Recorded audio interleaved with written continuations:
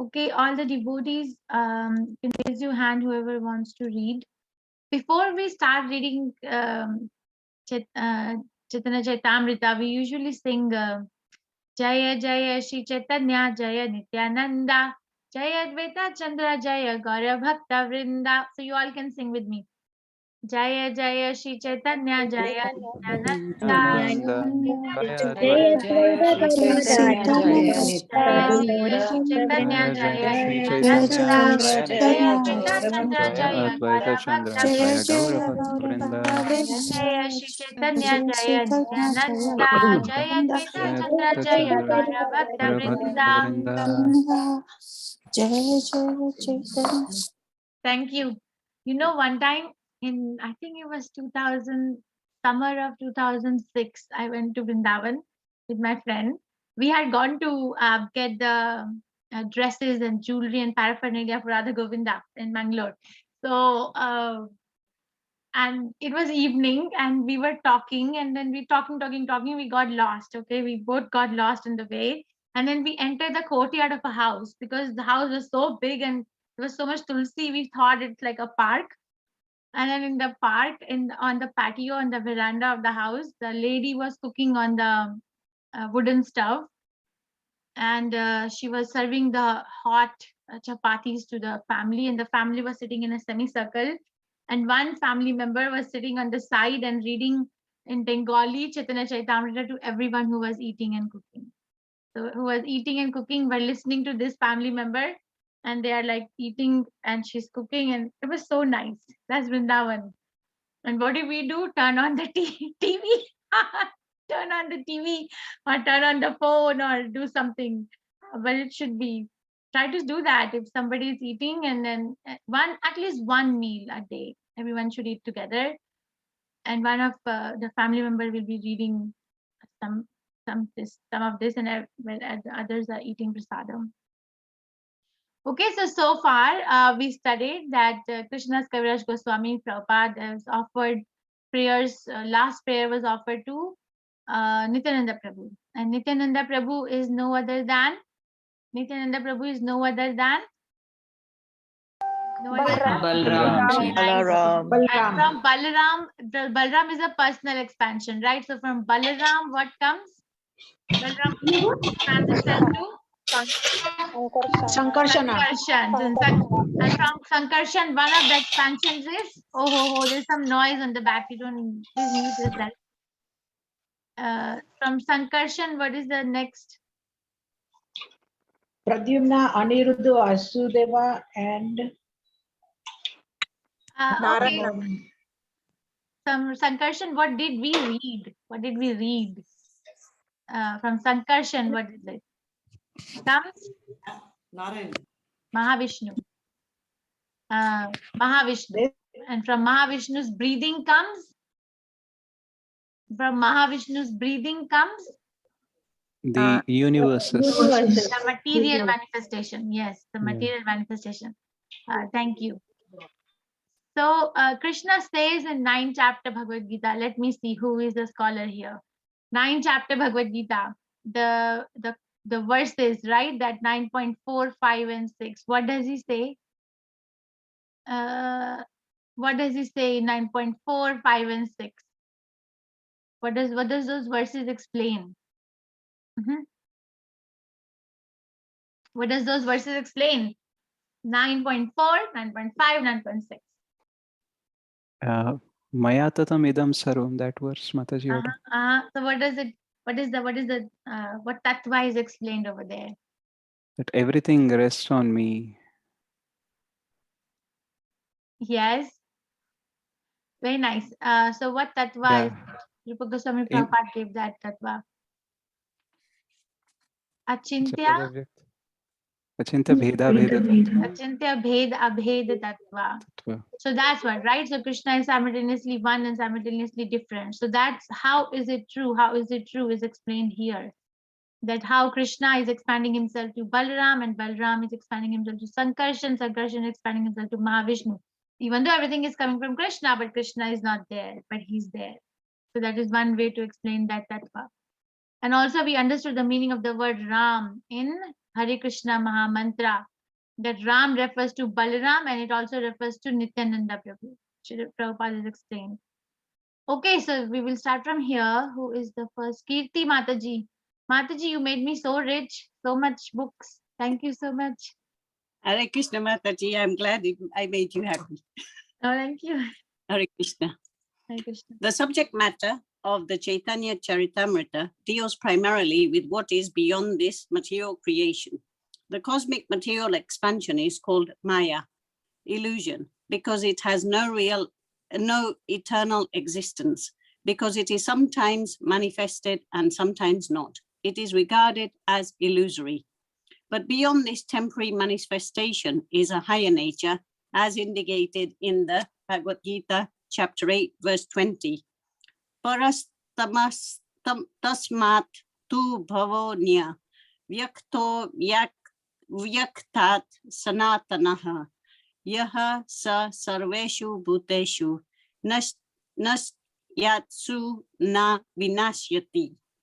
Yet there is another nature which is eternal and is transcendental to this manifested and unmanifested matter.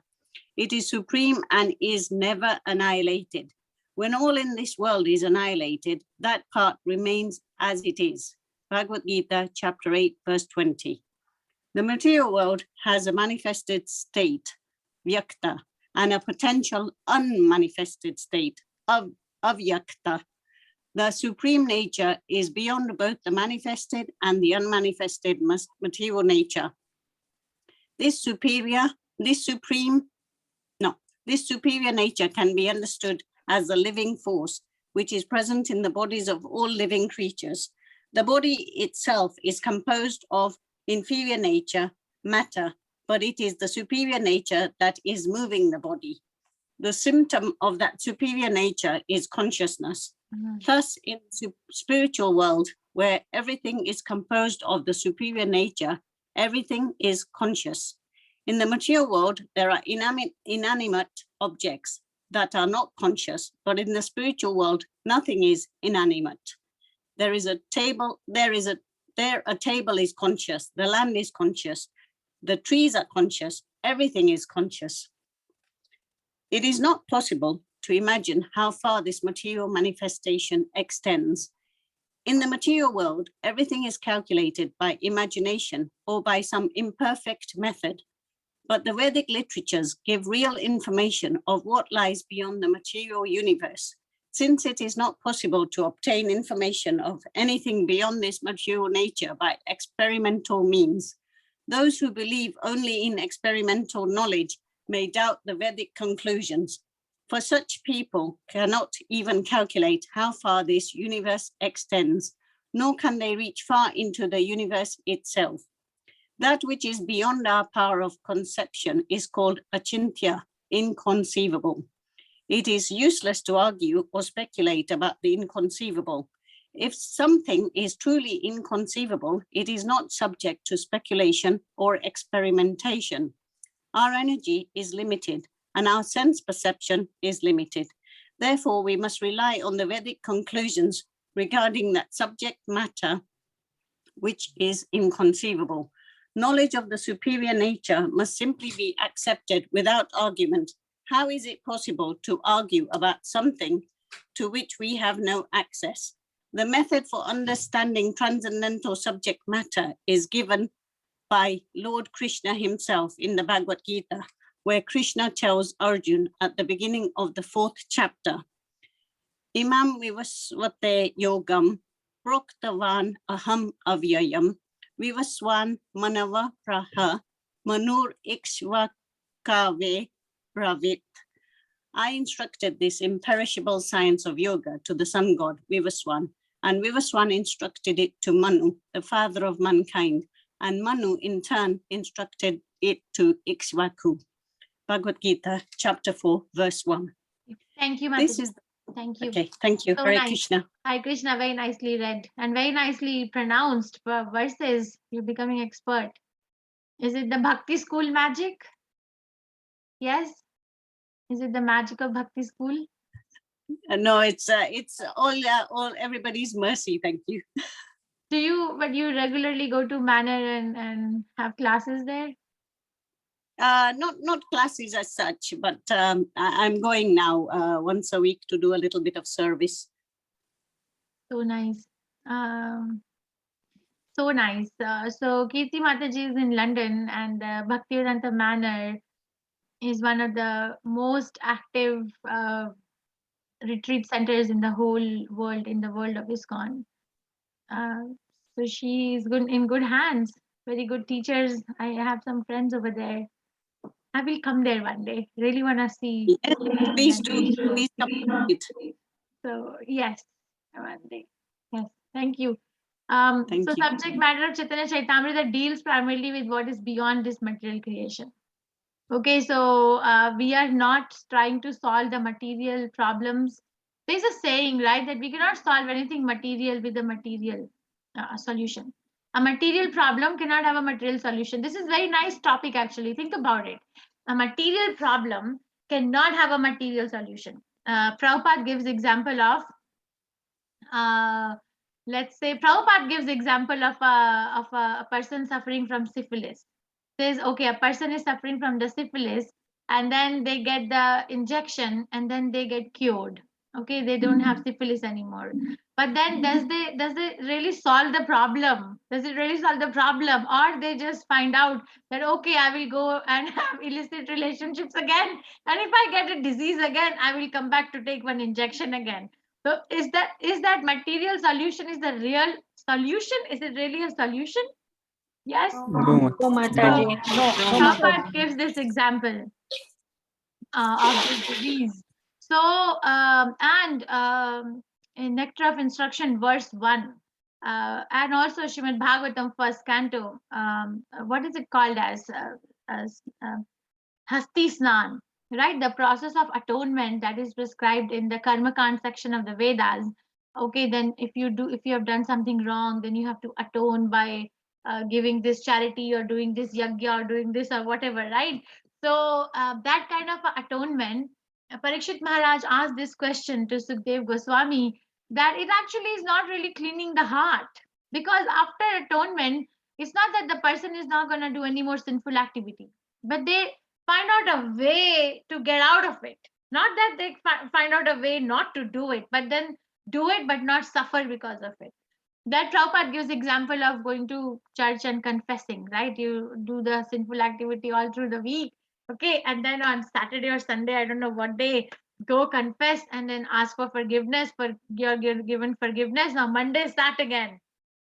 So that is not really solving the problem. It does not. Material solutions are not really the solutions. They are just like giving you some detour.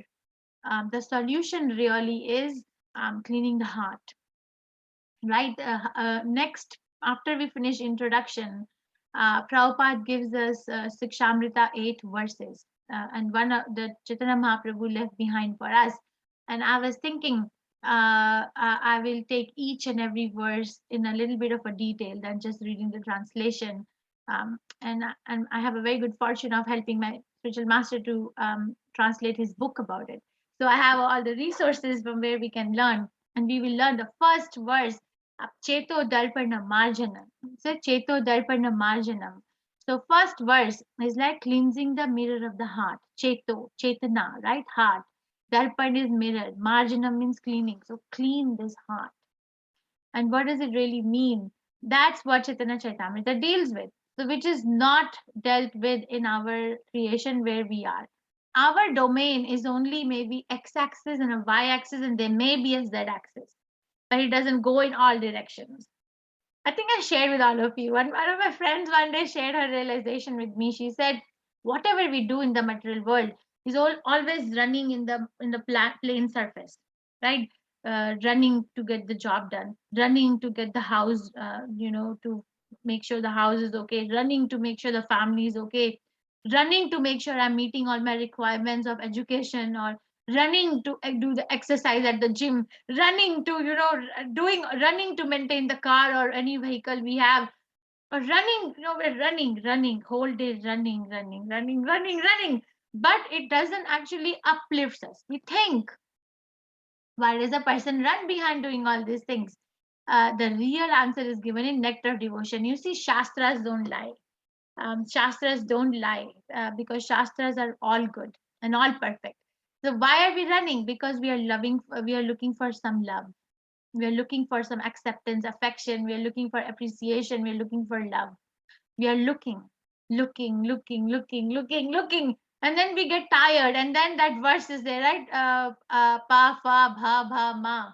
That Prabhupada explains that when a materialist gets tired, then that different kinds of tiring airs that generate in the air in the body, that pa, fa, ba, bha, ma, that foaming comes, mouth becomes dry. So it's all, this is all explained in Shastras in different verse, in different areas.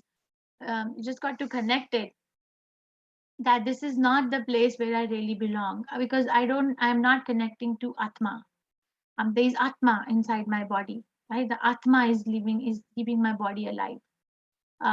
If I'm not really going inwards, I really can't find it outwards. But our educational system, our society, you see, this coming Friday is Black Friday in America. They already name it as Black Friday because it's a huge sale of the whole year. Huge. People wait and they stand online for 12 hours, 14 hours, I don't know how many hours to buy something, because they're so like attached to this particular object, and that attachment is giving them this idea that they will be happy. We have this pleasure potency within us because it comes from Krishna. So Chaitanya Charitamrita deals with primarily with what is beyond this material creation. So we cannot understand, and that Prabhupada explains later is called achintya, inconceivable. We cannot conceive. If it is something which we can conceive, then it is not achintya. You can conceive, but then you cannot conceive, and it is achintya. That is why we have to depend on a authority to give us that knowledge. I was listening to Prabhupada's lecture yesterday while coming from work. That Prabhupada was talking about fears of Queen Kunti. I think it's verse number 30, or first canto 8 chapter verse 30, where Queen Kunti is saying, he was explaining bhaya bhi. He was explaining that when Mother Yashoda picked up a rope to bind you, you were crying, and the mascara in your eyes was washed off because of the tears, and the fear personified, and you were fearful. But this is inconceivable because the fear personified is fearful of you, Krishna. But how can you be fearful of Mother Yashoda? Inconceivable. We cannot conceive. We think Krishna is like us. We become fearful of this, that, or so many things. So what is a big deal? But it is a big deal. It is a big deal that Krishna is everyone is fearful of Krishna. That it is said in Srimad Bhagavatam that the sun is coming on time, the moon is coming on time, the seasons are changing, the earth is performing its activity because, or the wind is blowing, or the water is flowing because of the fear of Krishna, because Krishna's fear. So Krishna is so powerful that Krishna can cause fear to everyone, but then she cannot conceive that how Krishna is fearful of Mother Yashoda, right? How, and then Prabhupada was explaining this bhaya bhi, the personified fear is called bhi, and then how bhaya bhi, that fear personified is fearful of Krishna, then how is Krishna fearful of Mother Yashoda? So these topics are very they are actually can be understood by someone who's sober, right? Who is dhira, who is not so disturbed by the material conditions around them. Generally, a common person is very disturbed. Is very disturbed by three kinds of sufferings, right? Adi bhautik, Adi adhyatmic, and Adi devic. That suffering because of one's own body and mind, and suffering because of some other living entity, suffering because of the higher authorities. Generally, very disturbed. But Krishna consciousness, the subject matter is beyond these disturbances, is beyond. That's why we have to hear someone who is not on the same level or on the same axis as we are. And that's why I request all of you every single day to hear Prabhupada every day. Because Prabhupada is not of this world. We all are in the same axis. No one is superior, no one is inferior. Every single one of us are in the same zone, condemned to death. But Prabhupada can lift us. So if you really want to be happy, you really want to solve the problem, and not just take injection for syphilis and then get the syphilis again, like Prabhupada explains, then hear the Shastras, chant Hare Krishna, is all good. And if we are not doing it, then we're actually not taking care of ourselves. In today's modern world, people talk about self-care so much, right? And if I go around the class and I ask, okay, what is the definition of self-care for you? What is the definition of self-care for you? What is the definition of self-care for you? So I guess I get varied answers. I guess I'll get answers like, I lack in eating good diet, so maybe self-care for me means like, going more Ayurvedic diet. Or I lack in sleep, maybe it means that I have to get more sleep. Or I lack in getting facial done, maybe I need to go to the salon and get that done. Or answers like this, right? We'll get these answers. I need to do exercise, right? If you New Year is coming soon, right? People already start talking about the New Year ambitions. Do you agree? If you go around and ask, what does a Yes. self-care mean to you? Yes, No, Yes, Mataji, Mataji. I Yes, don't Mataji. agree. I don't agree. So, but real self-care means take care of the Atma. Really take care of the little Atma inside the body, and then everything else will fall in place. Everything else will, uh, and the realizations that the acharyas give us are out of the world, because we can see where we were, and then where we are now, and then where the other devotees around us are at. We are so advanced. Okay, so become sober, and not be just so carried away by the disturbances of this vyakta and avyakta. I always think about Prahlad Maharaj. I don't understand. I have no idea how he did what he did. I don't know. Because I just finished seventh canto Srimad Bhagavatam, and most of the seventh canto is about Prahlad Maharaj, and I don't understand that a small child is undergoing these tribulations and is not disturbed, right? He's not disturbed. His father is cursing him all the time. It's like child abuse, right? In other language, it was a child abuse, but he's not disturbed. He's completely dependent on Krishna. He's not looking for any solution of his problem in this zone. He's not. So that is an acharya. Okay, so that is a symptom, and we are conscious, and actually we should celebrate that we are living, and that we have got this science of Krishna consciousness, and that I have intelligence to chant Hare Krishna. It's a reason to celebrate life. We look for reasons to celebrate, right? India is known for celebrations, for in various ways. Most of the celebrations happen in that country, in the whole world. Every single thing is a big celebration, right? If the neighbor's daughter is getting married, the whole neighborhood is celebrating. Or there is some jagran, or I don't know, when I was little, we used to have it in our neighborhood. The whole, no, the whole night, no one will sleep, because there is somebody celebrating some worship or something. But the real celebration is that I'm so grateful that I got this Hare Krishna Mahamantra. I'm so grateful Krishna gave me this human form of life. I'm so grateful that I have an ability to chant this. It's a celebration. And if you value what you have, you will get more and more of what it is. And then Krishna will provide what you lack if you value what you have right now. Okay, so Krishna is describing that this achintya tattva, or inconceivable knowledge, can only be given by a disciplic succession or parampara. So we'll go ahead. Shri Harsh Vedya Prabhu, your name is very Ayurvedic. Are you a doctor? Ayurveda doctor?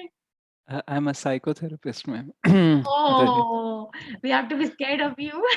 So, No, not a thank big you one, for very coming. little one. Yeah, Mataji. Shall I read, Mataji, from this Yes, para? this is the method of parampara. Yeah. This is the method of parampara, or disciplic succession. Similarly, Srimad Bhagavatam explains that Krishna imparted knowledge into the heart of Brahma, the first created being within the universe. Brahma imparted those lessons to his disciple Narada, and Narada imparted that knowledge to his disciple Vyasadeva. Vyasadeva imparted it to Madhvacharya, and from Madhvacharya, the knowledge came down to Madhavendra Puri, then to Ishwarapuri, and from him to Chaitanya Mahaprabhu. One may ask, if Chaitanya Mahaprabhu is Krishna himself, then why did he need a spiritual master? Of course, he did not need a spiritual master, but because he was playing the role of Acharya, one who teaches by example, he accepted a spiritual master. Even Krishna himself accepted a spiritual master, for that is the system. In this way, the Lord sets the example for men. We should not think, however, that the Lord takes a spiritual master because he is in want of knowledge. He is simply stressing the importance of accepting the disciplic succession. The knowledge of that disciplic succession actually comes from the Lord himself. And if the knowledge descends unbroken, it is perfect. Although we may not be in touch with the original personality who first imparted the knowledge, we may receive the same knowledge through this process of transmission. In Srimad Bhagavatam, it is stated that Krishna, the absolute truth, the personality of Godhead, transmitted transcendental knowledge into the heart of Brahma. This then is one way knowledge is received, through the heart. Thus, there are two processes by which one may receive knowledge. One descends directly upon the Supreme Personality of Godhead, who is situated as the Supersoul within the heart of all living entities, and the other depends upon the Guru or spiritual master, who is an expansion of Krishna. Thus, Krishna transmits information both from within and from without. We simply have to receive it. If knowledge is received in this way, it doesn't matter whether it is inconceivable or not. Shall I read the next also? Yes. Mataji? Yes. In Srimad Bhagavatam, there is a great deal of information given about the Vaikuntha planetary systems, which are beyond the material universe. Similarly, a great deal of inconceivable information is given in the Chaitanya Charitamrita. Any attempt to arrive at this information through experimental knowledge will fail. The knowledge simply has to be accepted. According to the Vedic method, Shabda or transcendental sound is regarded as evidence. Sound is very important in Vedic understanding, for if it is pure, it is accepted as authoritative.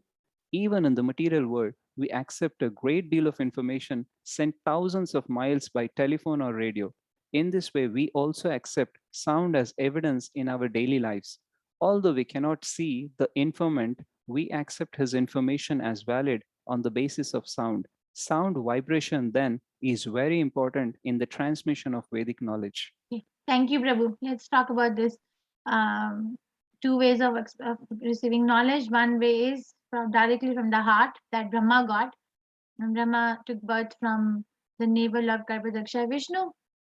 He got the knowledge after doing the austerities for thousands of years in the heart, that as to how to create and what is the reason for his creation, right? So that's super soul. We get that too.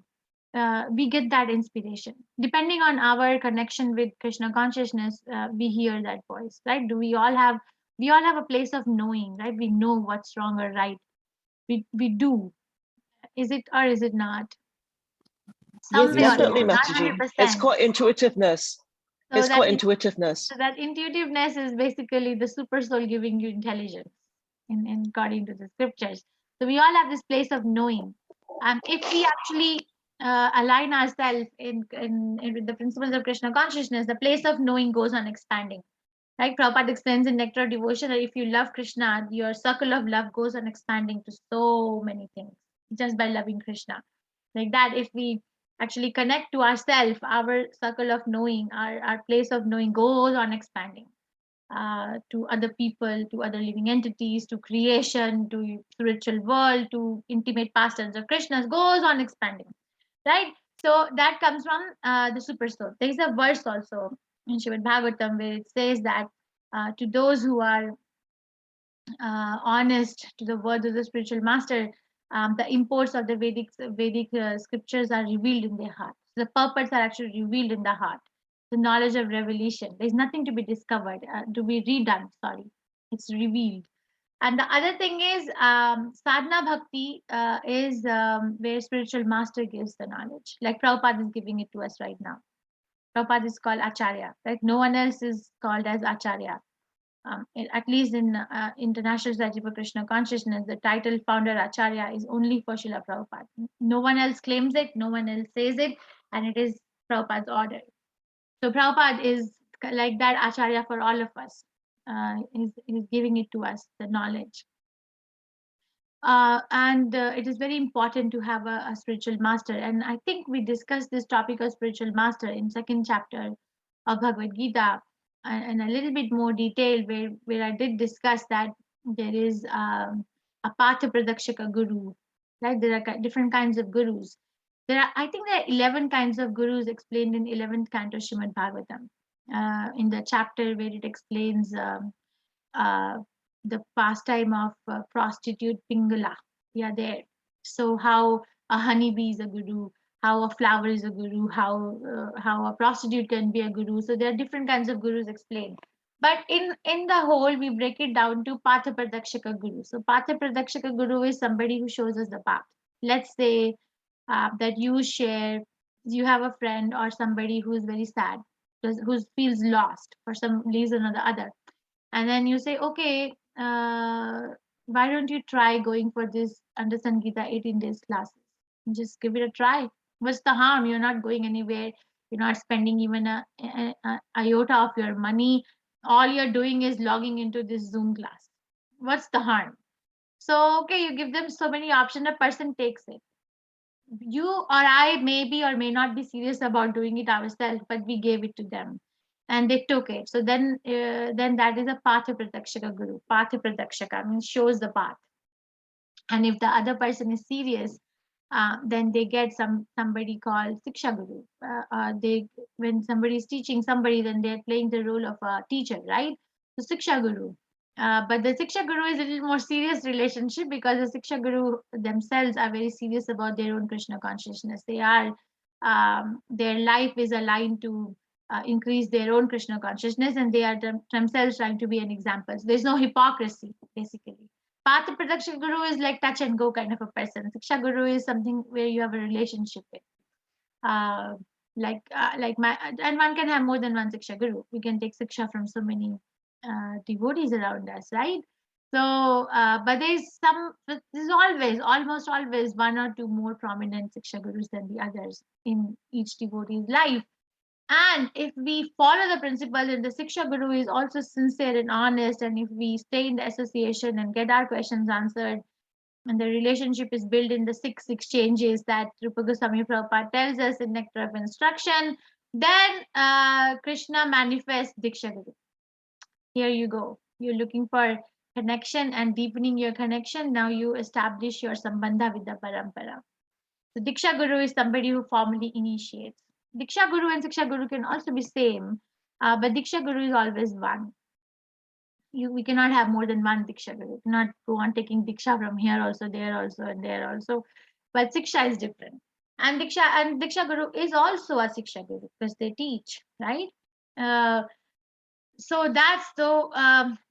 after the relationship is established, then the whole life changes. For example, Prabhupada gives example of a sambandha of a marriage. Say in India, the father and mother of a boy, groom or bride, get them married. Then what happens? The bride and groom, then they go back to their father and mother's houses? No, there's a sambandha, right? They live as a household, a married couple. And then there are so many sanskaras that are needed to be purified, because marriage is basically a sanskar to purify us from our impurities in the material world. It's supposed to be a sanskar. The way we deal with it today is not what it's supposed to be, but it's supposed to be a purificatory process. And it is recommended in the Vedic literature. And then how to live in a married life is also given. Everything is given. How to deal with the husband, how to deal with the wife, how to deal with the other family members, the parents, the animals, the children, how to earn money, how to save money, how to spend money. Everything is written as to how we can get purified at every step. Basically, that's a way of receiving knowledge. So a spiritual master, coming back to the original topic of discussion, I went here, there, everywhere. One is that the Krishna himself reveals it in the heart. They do like this, do like that. it is said that Parambhava or Mahabhava stage, Prema Bhakti is the highest, right? So then there is different levels of bhava or affection or love for Krishna. And Bhava Bhakti is beyond Bhava Bhakti is a word called Mahabhav. And it is said that only three devotees have tasted Mahabhav ever. Only three. One is Radharani, another is Chaitanya Mahaprabhu, and another is Madhavendra. So those are the three devotees who get the knowledge from within, and whoever come in their parampara, and if they really plug themselves in tune with their teachings and their preachings and their service, then they get that too by their mercy. But the other thing is accept a spiritual master and learn the science of Krishna consciousness from him or her or whoever it is. Okay, we simply have to receive it. If knowledge is received in this way, it doesn't matter whether it is inconceivable or not. And all this great deal of knowledge is given in Bhagavatam and Chaitanya Charitamrita. We simply have to get it. And the most effective method to get it is a Shabda or transcendental sound. If you read the creation of the universe, it is explained in second canto Srimad Bhagavatam and also explained in fifth canto Srimad Bhagavatam how the universe was created.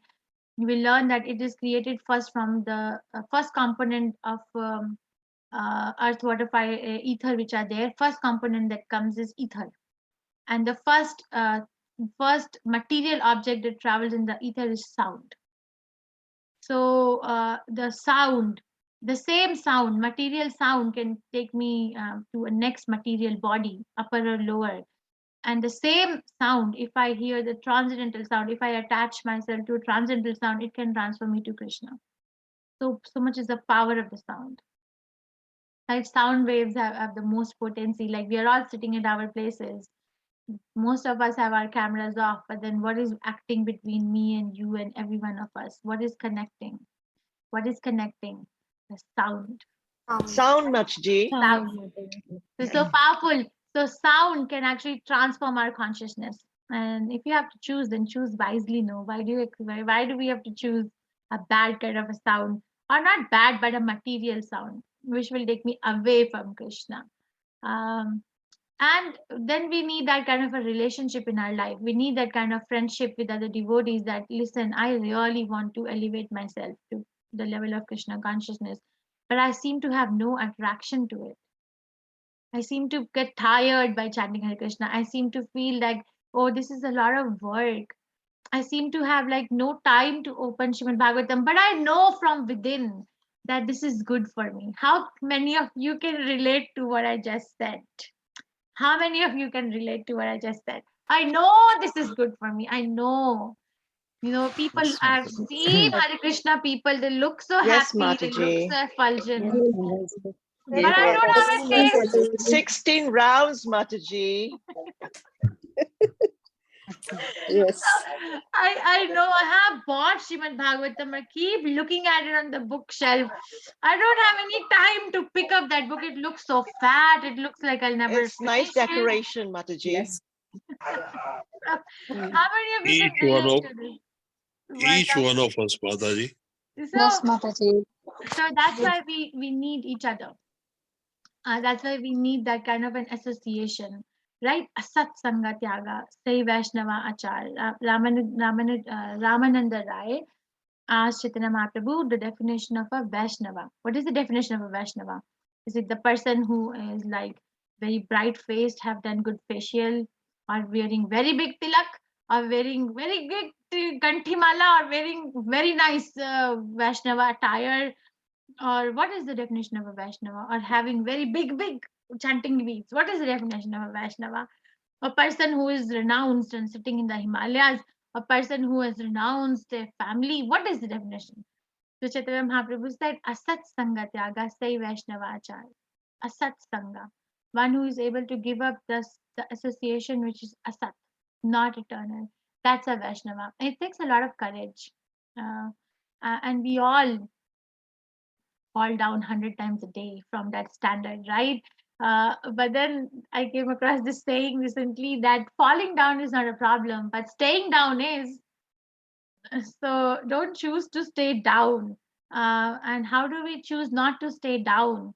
we need to seek out that association, that particular friendship in our life, that particular teacher in our life where I can reveal my heart without judgment. I am struggling. I am struggling. I want to do this, but I seem to not have that kind of a drive or motivation. What should I do? I find watching TV more attractive than listening to Prabhupada's voice in a class or watching him. What should I do? I find going shopping more attractive than going to temple to have the darshan. What should I do? There's a new restaurant open in my neighborhood which I am yearning to go. So I find eating there better than cooking prasadam at home. What should I do? Okay, you need to have that kind of a relationship that enhances our bhakti. And if we don't get that relation, we'll not, Krishna is not going to leave us. If you have chanted Hare Krishna in your life, even by mistake, Krishna is not going to leave. But it takes longer. Krishna is not going to leave. It's between Krishna and that person now. And Krishna will never leave a person who has chanted Hare Krishna, even by mistake. But if you show that eagerness, then Krishna also pays more attention. Okay, we should not become so familiar with our practice. My spiritual master teaches us this lesson. Don't become so familiar with your Krishna consciousness that you say, okay, this is another routine of my life. What was he saying? I want to chant, I like to chant, and I love to chant. So every time you pick up your beads, you say this, I want to do this. I really want. I'm making a choice. And I like to do this, and then I love to chant. Okay. Okay, maybe we can read a little bit more before we go. Sapna, Hare Krishna. Hare Krishna Mataji. Hare Krishna. The Vedas inform us that beyond this cosmic manifestation, there are extensive planets in the spiritual sky. This material manifestation is regarded as only a small portion of the total creation. The material manifestation includes not only this universe, but innumerable others as well. But all the material universes combined constitute only 1/4 of the total creation. The remaining 3/4 is situated in the spiritual sky. In that sky, innumerable planets float, and these are called Vaikuntha Lokas. In these Vaikuntha Loka, Narayana presides with his 4 expansions: Sankarshana, Pradyumna, Aniruddha, and Vasudeva. This Sankarshana states Krishnadasa Kaviraja in the 8th verse of the Chaitanya Charitamrita is Lord Nityananda. As stated before, it is in his form as Mahavishnu that the Lord manifests the material universes. Just as a husband and a wife combine to beget offsprings, Mahavishnu combines with his wife Maya or material nature. This is confirmed in the Bhagavad Gita, 14th chapter, 4th verse, where Krishna states, Sarva Yoni Shu Kaunteya Murtayah Sambhavanti Yaha Tasam Brahma Mahadyonit Aham Bija Pradhavita. It should be understood that all species of life, O son of Kunti, are made possible by birth in this material nature, and that I am the seed-giving father. Vishnu impregnates Maya, the material nature, simply by glancing at her. This is the spiritual method. Materially, we are limited to impregnating by only one particular part of our body. But the Supreme Lord Krishna or Mahavishnu can impregnate by any part. Simply by glancing the Lord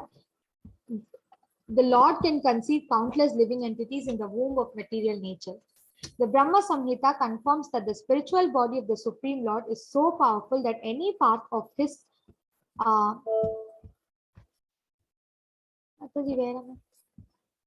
a body can perform the functions of any other part. We can touch only with our hands or skin, but Krishna can touch just by glancing. We can see only with our eyes. We cannot touch or smell with them. Krishna, however, can smell and also eat with his eyes. When food is offered to Krishna, we do not see him eating, but he eats simply by glancing at the food. We cannot imagine how things work in Krishna, the spiritual world, where everything is spiritual. It is not that Krishna does not eat or that we imagine that he eats. He actually eats, but his eating is different from ours. Our eating process will be similar to his when we are completely on the spiritual platform. On that platform, every part of the body can act on behalf of any other part. Mataji, should I continue? Yeah, one more maybe. Yes, ma'am. Vishnu does not require anything in order to create. He does not require the goddess Lakshmi in order to give birth to Brahma. For Brahma is born from a lotus flower that grows from the navel of Vishnu. The goddess Lakshmi sits at the feet of Vishnu and serves him. In this material world, sex is required to produce children, but in the spiritual world, a man can produce as many children as he likes without having to take help from his wife. So there is no sex there because we have no experience with spiritual energy. We think that Brahma's birth from the navel of Vishnu is simply a fictional story. We are not aware that spiritual energy is so powerful that it can do anything and everything. Material energy is dependent on certain laws, but spiritual energy is fully independent. Thank Hare you. Krishna, Mataji. Hare Krishna. So I had this doubt for the longest time that where is this experience in my domain where something is produced just by glancing at something. I think in one of the advanced level classes, I brought up this question. And then at the end, I gave the answer. Yes, Dr. Parik, was it your class? That I No, brought? Mataji. No, Mataji. Okay. Okay. Radhika, was it your class where I brought up this question that, okay, give me an example where you see something is produced just by glancing at that. This was a. Hare Krishna, you gave the question, but you didn't give the answer. You said remind us at the end of the class, but the answer never came from you. Aha. Okay. So thank you. Hare Krishna. So I came across Prabhupada's morning walk, which gave me answer. So anybody in this class, can you give me an example of something in your experience or around you where something is produced just by looking at it? Just look and then it produces. In the morning walk, Prabhupada gave example. I came across one morning walk. Yes, anyone? No one? Anyone? We talk so much. So, yes? Anybody? So you have to Seems think. inconceivable. Huh? Yeah, it is inconceivable, but it is conceivable. Prabhupada made it conceivable. So, okay. Should I break the ice? Yes, quickly. Yes, No. Mataji. Okay, so Prabhupada was giving example. What is the difficulty? You see, his favorite line. What is the difficulty? You see, the sun ray touches the surface of the earth, and it produces so many living entities. Right? If there is no sun, that place actually is barren. If there is no sun, if you go to Alaska, there's so much ice. There is no sun. Nothing is produced there. But the ray of the sun touches the surface of the earth in a particular environment, and it produces so many things. Right? So if and the sun is material, not even spiritual, it's material. So imagine the potency of Krishna's vision. So that's what he answered. Hare Krishna, Mataji. Also like the monsoon rain as well. When the rain touches the dry soil. So there, Mataji, okay, maybe, but I just want to say that the reference, because Prabhupada explains rain, best kind of a rain. If you read 8th chapter Bhagavad Gita, I think it is verse 3rd or 5th purport, one of the two. Prabhupada explains that how the living entities from the higher planetary system are falling to the earthly planet in the form of raindrops. Right, and the rain becomes the grain, and the grain is eaten by the cow, and then cow makes the milk, and milk is taken by man, and then it transforms into secretions, and then the secretions are carried by the mother's womb, and then the person gets another body in any form, man or animal. So there Prabhupada explains rain in different way. And in another lecture, I remember Prabhupada explaining rain. The best kind of rain is that in the daytime it is sunshine, and in the nighttime it rains, and then morning it's sunshine. So that kind of produces very healthy. But okay, thank you. Okay, so we have that kind of an experience in our around us, but we don't pay attention. We don't pay attention to these little things because we are so busy trying to solve our solutions, which are actually never solved. Never solved. The real solution we never address only. But that old age disease, that is normal. That's normal. I mean, that's taken as a normal thing, which is highly abnormal, is taken as normal. And we go on solving our life insurance, health insurance, and then marriage insurance, if there is a thing like that, or I don't know what other insurance problems. So the real problem is I don't want to die. I want to keep on living. I want to be happy. But I don't want to get disease. I don't want to grow old. I really want to live like fresh, like a young person. But these problems we don't address. Then there comes some cheater. Please excuse me, but then apply this cream on your face and your wrinkles will go away. And then there comes somebody with some other proposition that you can delay your old age by eating this I don't know, this drink or this medicine. You see, we the problem is that we are looking for cheaters. It's not that the people are cheating us. The actual problem is that we are looking for a cheater to cheat us, because I want a cheating answer. Okay, so then Krishna sends, okay, go, this person wants to be cheated, go. But if you really don't want to be cheated, then Krishna will send you in an association where there is no cheating going on. Depends on what we want. We are what we want. Think about it. Okay, I really wanted to finish this. How about tomorrow? Can we meet tomorrow also and finish this? Is that okay? Then I can. Mataji, whatever you say. Yes, no, the other people have. Okay. I have class. Mataji, Yes, no, Mataji. not Mondays, Mataji. Mondays, Wednesdays, Fridays will be convenient because I have tuitions in the evening timings on the other days.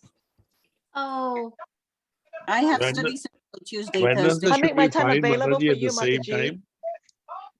Wednesday, Prabhu,